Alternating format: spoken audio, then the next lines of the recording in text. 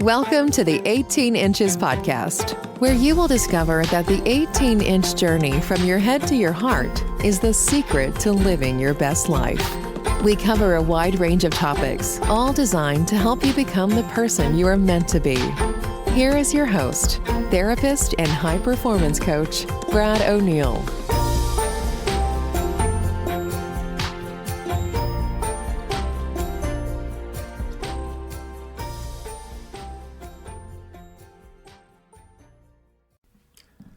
Hi, and thanks for joining me. Many people don't realize that we have a relationship with ourselves. We do, and that relationship is very important. Your relationship with yourself is directly related to the relationships you have with other people. Not only that, but it is also directly related to your happiness and success. Tied into or underpinning our relationship with ourselves and others are something I call basic personal assumptions. These are not to be confused with core values.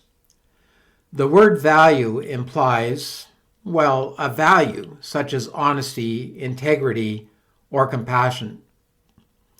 A basic personal assumption is something we believe about ourselves at a very deep level. They may be values, but not necessarily, and in fact, may be quite the opposite. A basic personal assumption, or BPA, is a deep-seated assumption or belief you have about yourself. Basic personal assumptions drive our behaviors and dictate how well we do in relationships, school, and careers. And even if you don't have a career, understand that what I'm talking about is that they dictate how well we do at life.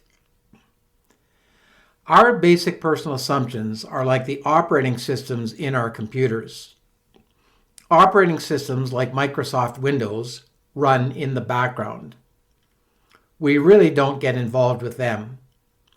Operating systems are programs that are initially loaded onto a computer before other software is installed. Operating systems are like traffic cops, giving instructions, telling computer traffic when to stop and go, and keeping the computer roads running smoothly. Most of us don't really know what the operating systems in our computers do, how they work, or why they are needed.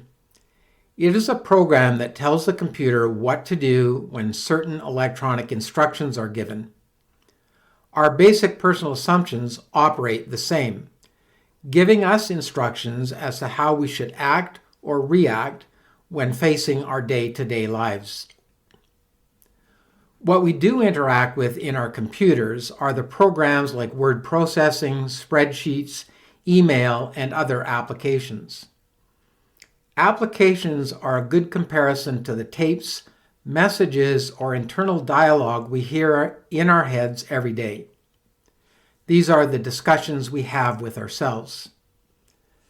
I'm going to talk about them in a moment, but first, let's talk about BPAs.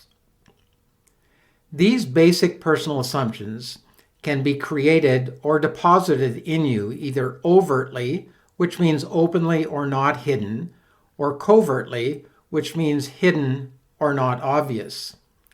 These deposits are usually made by significant other people in your life, and usually in early childhood. Like computer operating systems, they are installed in the early stages.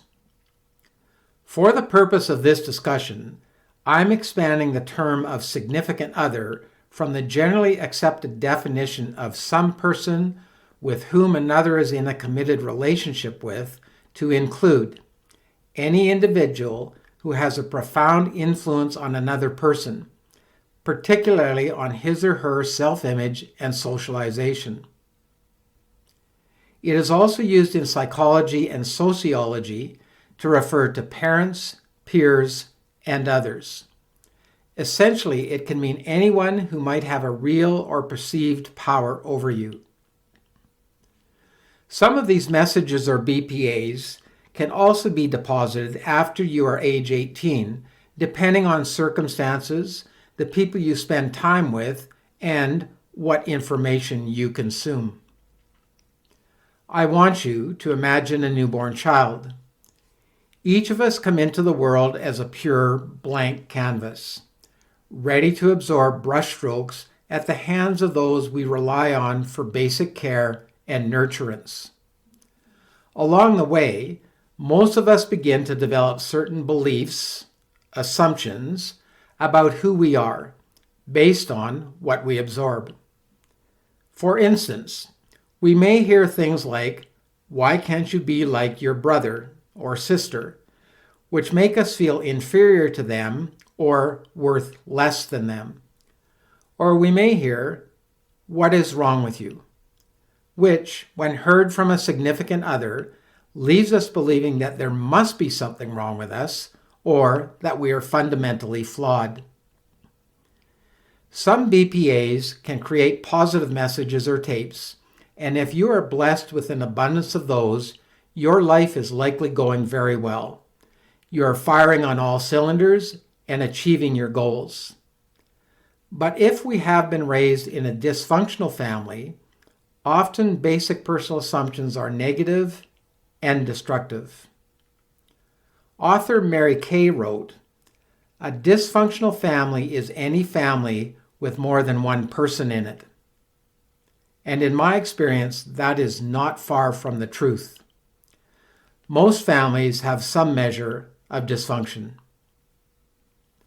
Again, these BPAs are like the operating system in our computer, working away in the background even when we are unaware, and they drive not only our beliefs about who we are, but also our choices and behaviors. For example, if you do not feel you are good enough, worthy, or if you think there is something wrong with you, it may be that you find yourself in relationships with people who abuse you or where you feel insignificant and underappreciated. Or you may avoid relationships altogether because you don't feel anyone could love you. Overt messages can include being told, "You are stupid," "You will never amount to anything," "What is wrong with you?" or being told you're funny looking by kids at school, just as examples. Now, covert messages might develop as a result of something like a parent leaving the family, which can result in feelings of not being loved, or by listening to parents praise one of the siblings but never doing the same to you. Or maybe your parents never showed up for your sports events, concerts, or graduation. These examples can result in feelings of not being good enough, not measuring up, not being important. These are just a few of the many examples I have heard. It is important to recognize these BPAs and the tapes they create, and to understand that they are not true. Once we recognize them, we can create new affirming messages which will overwrite the old ones and give us a stronger self-image. I will talk about the new affirming messages in a few moments, after I discuss tapes. First, I want to explain an important difference between the operating systems in our computers and our basic personal assumptions. Now, when Microsoft or Apple finds a problem with the operating system, it corrects the programs and will send you an automatic update to fix it. Unfortunately, most of our faulty BPAs are put there by our families, and when we spend time with them, these messages or this programming gets reinforced unless there has been some serious family therapy to correct them. And the same can happen when you hang around with people who reinforce your negative program by making you feel bad about yourself, bringing you down, not supporting your dreams and goals, or who are always negative. Now, the tapes that play in your head, or the running dialogue you have with yourself, are like the application software in your computer, like word processing, spreadsheets, and email. What I mean by this is that you are aware of them because you interact with them every day. They can come in the form of negative self-talk and self-limiting beliefs. Essentially, they are a level up from the operating system. Remember, the operating system, your basic personal assumptions, work in the background undetected. Your application software, your tapes, tell you things like, my opinions don't matter, or I will never find a partner, or there's no use trying, or I will never be happy, successful, or get in shape. Most people recognize what I'm talking about when we talk about negative self-talk. It is too often part of the running dialogue in our head, which we all have. For most people, it is far more difficult to identify basic personal assumptions than it is their internal dialogue or tapes. This is because they are quietly running in the background and controlling thoughts and behaviors and giving instructions just like a computer operating system does. If you want to live your best life, it is important to work on identifying your basic personal assumptions, and just like with a faulty operating system, write some new code so these messages aren't causing glitches. When your personal operating system, your basic personal assumptions are faulty, they will cause your internal dialogue to create problems for you. It is also important to understand that one BPA can create numerous tapes or narratives in your internal dialogue. Let me give you a few examples about that. And these are all examples I have heard from my clients or in my own head as part of my own combination of basic personal assumptions or internal dialogue. The basic personal assumption, I am stupid, creates tapes like, there is no point in applying to go to college, or I'm not smart enough to get that job, or I better not say anything because I will get laughed at. This specific BPA was revealed to me by a client. When he was growing up and would make a mistake, his father would say to him, "What are you, stupid?" My client's belief after hearing that comment over and over was that he was stupid. He dropped out of high school and years later decided to go back, completed his high school, then college, and earned an accounting designation. And the last time we talked, he had decided to retrain, was in university studying psychology, and thinking of taking his PhD. I guess he wasn't that stupid after all. Another client had the basic personal assumption he was ugly. This was based on a comment some mean girls in grade 3 made to him. As a result of the basic personal assumption, I'm ugly, being part of his operating system, he was afraid to ask girls out in school and thought he would never get married. His tapes were, if I ask a girl out, she will reject me, and nobody would ever say yes if I asked them to marry me, and people laugh at me and make fun of my looks. One day, on a dare, he asked the prettiest girl in high school on a date. It turned out all the boys who dared him had asked her out and she had said no. He asked her and she said yes. I guess he wasn't so ugly after all. And today, he is happily married. No, not to her. That would have been a perfect ending. But to another beautiful woman who said yes. One of the most frequent basic personal assumptions I hear is, I'm not enough. This one can come in many forms, such as, I don't measure up, there is something wrong with me, or I am worthless, just to name a few of the most common ones. I believe this BPA is the most common human wound. In fact, it may be universal. It can be found in people debilitated from the belief, as well as people who are accomplished, wealthy, and constantly striving for more because they believe they are never enough.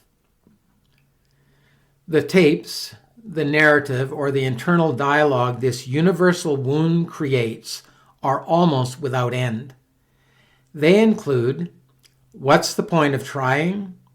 "I will never get ahead." "I'm a bad parent, partner, or person." "This is as good as it gets." "I'm stuck and will never get out." And "It's all my fault," just to name a few.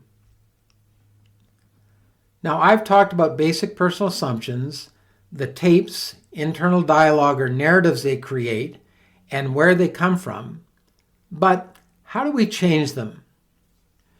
It is important to first think of the origins and work from there. Our brains are like the hard drive in a computer before the operating system gets installed. Blank, waiting for information. If the operating system that is installed has programming errors, all kinds of problems can occur that keep the computer from running at optimum performance levels.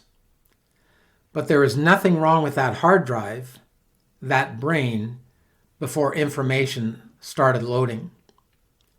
When there is faulty code in our computers, either updates happen automatically or we upload updates to fix the faulty messaging. In a similar manner, we need to upload personal updates.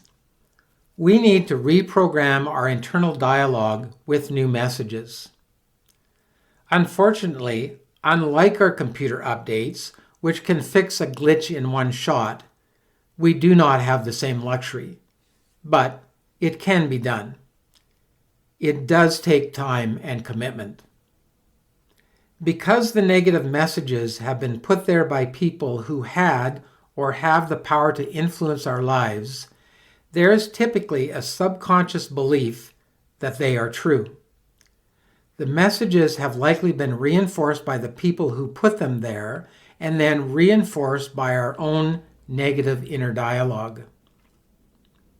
The way to do this reprogramming is by writing a new narrative for each basic personal assumption or tape that contradicts the old one, and when the old messages appear, replace that messaging with new affirming messaging. Now, before I get into the research and proof about why positive affirmations work, please understand that they are not pop psychology. Doing positive affirmations gets a bad rap and often conjures up images of people chanting trite, ritualistic platitudes, attempting to get themselves or others fired up and motivated. Saying things like "I am and I can" or "I'm amazing" over and over again will not get you from where you are to where you want to be if your core beliefs or basic personal assumptions run contrary to that. Why?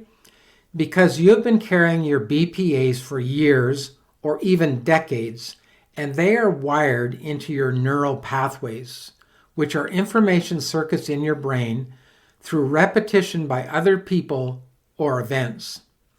Then they are reinforced through your own internal dialogue as you talk to yourself, which you do every day. And it takes 18 to 24 months to rewire those circuits. Now, most of us don't have the energy and determination to say, "I'm amazing," every day or multiple times per day for 2 years. And even if you do, if your core belief and internal critic is saying, "No, you aren't," something this simplistic will not work. If you have ever gone to see a motivational speaker or an inspirational movie, read a book about someone who has risen to greatness from the depths of poverty or despair, or heard a sermon that fired you up and convinced you that you're going to become the best version of yourself, and then slid comfortably and dangerously back into your old thinking or behaviors, you know exactly what I mean.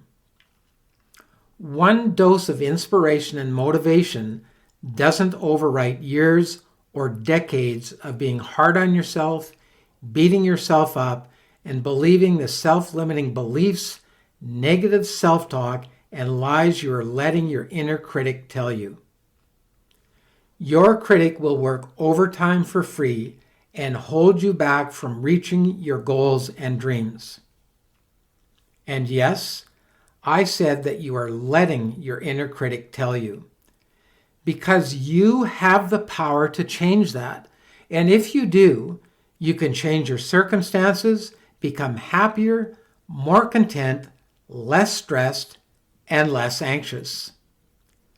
The combination of positive affirmations, taking positive steps towards desired outcomes, and a commitment to yourself to work on it a little each day will help silence your inner critic. You can replace that voice with one that lifts your heart and soul and pushes you toward living a fulfilling and meaningful life. And the good news is that you don't need to wait 2 years to see the results. If you commit to the practice, you will begin to notice a difference in just a few months. Is there science behind positive affirmations? Yes. Magic? No. If negative beliefs are put there by repetition, it makes sense that they can be removed the same way. It does take some time and effort on your part, and a true desire to remove the negative self-talk and self-limiting beliefs. It requires a commitment to regular practice to effect long-term change. Many studies have been done that support the psychological and physical benefits of positive affirmations. Older studies from 1988 through 2002 illustrate that the value of positive affirmations has been scientifically supported for over 30 years. More recent studies have been done from 2007 through 2016, which support the effects of affirmations, including 2 that cite brain MRI evidence showing changes in brain activity when people engage in self-affirming tasks and positive self-valuation. Here are some of the positive effects research shows occur because of practicing affirmations. Number 1, reduced health deteriorating stress. Number 2, increased physical activity levels. Number 3, increased academic achievements. Number 4, increased feelings of hopefulness. Number 5, increased problem-solving abilities. Number 6, improved self-esteem. Number 7, reduced depression and anxiety. And number 8, reduced rumination. Most of us could benefit from one or more of these, and affirmations are a form of help that is available to everyone. Make it part of your daily practice. It is time to stop being your harshest critic. Imagine a friend in need coming to you looking for some help. This friend has been struggling, down on themselves, in the doldrums, and a bit depressed about their life, their job, their kids, or their relationship. You wouldn't think of unleashing the negative self-talk your inner voice says to you on your friend. You would never say things like, "You're a loser, you'll never make it, you're stupid, you don't deserve any better, you're fat, you're ugly, nobody likes you." You get the idea. And if you went to a friend looking for help and they said things like that to you, they probably wouldn't be a friend anymore. When a friend in need asks for help, we tell them everything we know that is good about them. We emphasize their positive character traits, why we like them, how much we care about them, how we value their friendship, how much we believe in them, and assure them that we are there any time they need to talk. Yet, our own self-talk is often a very different story. We say mean or negative things to ourselves, sometimes every day. Our inner critic gets louder when things are challenging, and when we are the friend in need, we're most apt to say things like, What did you expect? You'll never get ahead. What's the use in trying? Just give up, go back, and accept it isn't going to get any better. It comes easy to us to be able to say nice things to our friends, to build them up, support them, and help them. But we seldom are as nice and complimentary to ourselves. And even if we try, it can ring hollow because of how we perceive ourselves. All of that can be changed with work, and the work is well worth the effort. So remind yourself to talk to yourself like somebody you are trying to help.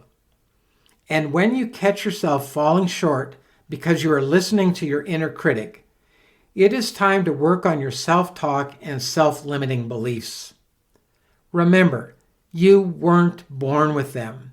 They were deposited in you, robbing you of the opportunity to live to your greatest potential.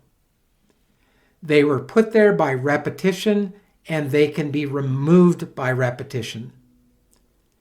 You can find more on this topic in my ebook, Talk to Yourself Like Someone You Are Trying to Help, which is available on 18inches.ca.